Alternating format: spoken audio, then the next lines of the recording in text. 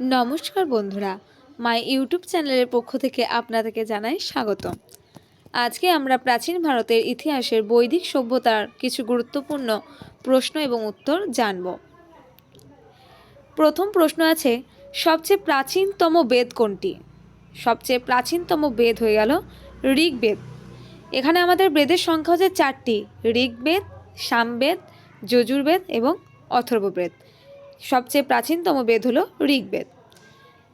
ঋগ্বেদে গায়ত্রী মন্ত্র কাকে উৎসর্গ করেন? উত্তর হয়ে যাবে সাবিত্রীকে। কোন বেদে জাদুবিদ্যা ও জাদুমন্ত্র বিষয় আছে? উত্তর হয়ে যাবে অথর্ববেদ। অপালা, লোপামুদ্রা, গার্গী এই 3 বিদুষী মহিলা কোন যুগে ছিলেন? উত্তর হয়ে যাবে বৈদিক যুগে। আদি প্রাচীন ভারতে সঙ্গীতের বই হিসাবে কোন গ্রন্থ বিবেচিত হয়? উত্তর হয়ে যাবে সামবেদ। সঙ্গীত মানে সামবেদ।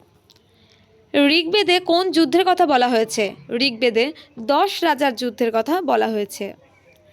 বৈদিক যুগে চেনাব নদীটি কী নামে পরিচিত? উত্তর হয়ে যাবে অক্সিনী।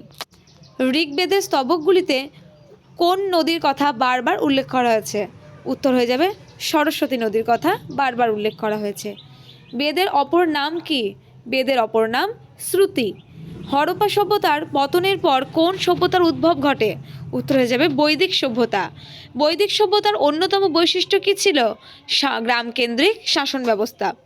কোন 3টি বেদকে সম্মিলিতভাবে বেদত্রয়ী বলা হয়? বেদত্রয়ী বলা হয় ঋগ্বেদ, সামবেদ এবং যজুর্বেদকে।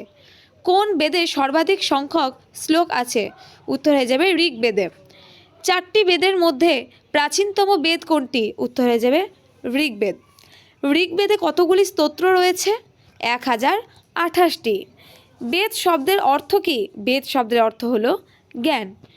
কোন নদীর প্রাচীন নাম বিপাশা? উত্তর হয়ে যাবে বিয়াস নদীর প্রাচীন নাম বিপাশা। সংস্কৃত পণ্ডিত পাণিনি রচিত অষ্টাধ্যায়ী গ্রন্থটি কিসের ওপর লেখা? উত্তর হয়ে যাবে ব্যাকরণ। আজকে এইটুকুই। যদি আমার এই ভিডিওটি আপনাদের ভালো লেগে থাকে তাহলে লাইক করুন এবং সাবস্ক্রাইব করে অল বাটনটি প্রেস করুন। ধন্যবাদ।